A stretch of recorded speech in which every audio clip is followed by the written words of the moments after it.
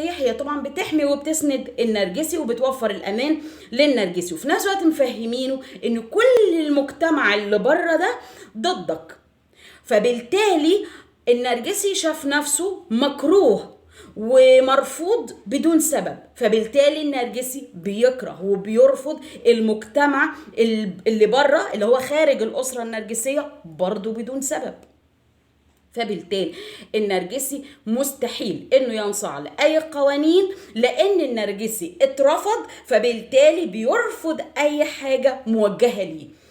فهمنا؟ دي نقطة. النقطة التانية، النرجسي برضو تنفيذ الشروط عند النرجسي معناه انه هو بيعترف بغلطه، معناه انه معترف بذنوبه، وده حسب القانون النرجسي ادام هو معترف بذنبه او معترف بغلطه اذا هو يستحق العقاب. فبالتالي مستحيل للنرجسي ينفذ الشروط، لان النرجسي على طول هو حاسس ان هو ضحية، حاسس انه هو ناقص، حاسس انه هو كل الناس ممكن انها تتهكم منه، ممكن انه هو يكون في وضع سخرية من الاخرين، وبالتالي تنفيذ الشروط دي معناها ان هو يستحق التهكم، يستحق السخرية من الآخرين، يستحق التقليل من شأنه من الآخرين. فبالتالي هو مستحيل انه ينفذ الشروط، لان تنفيذ الشروط هو شايف ان فيها اهانة لنفسه، اهانة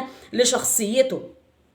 النرجسي ما ترباش على احترام الرأي والرأي الآخر، وإن اختلاف الرأي لا يفسد للود القضية.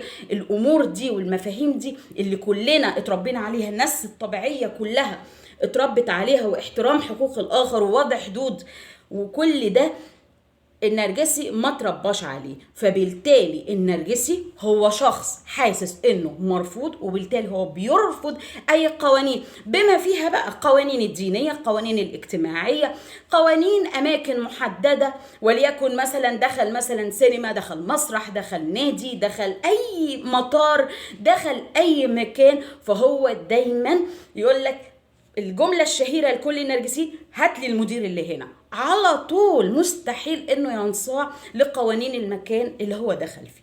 تمام؟ وبالتالي هو بيرفض تنفيذ اي شروط تكون عليه.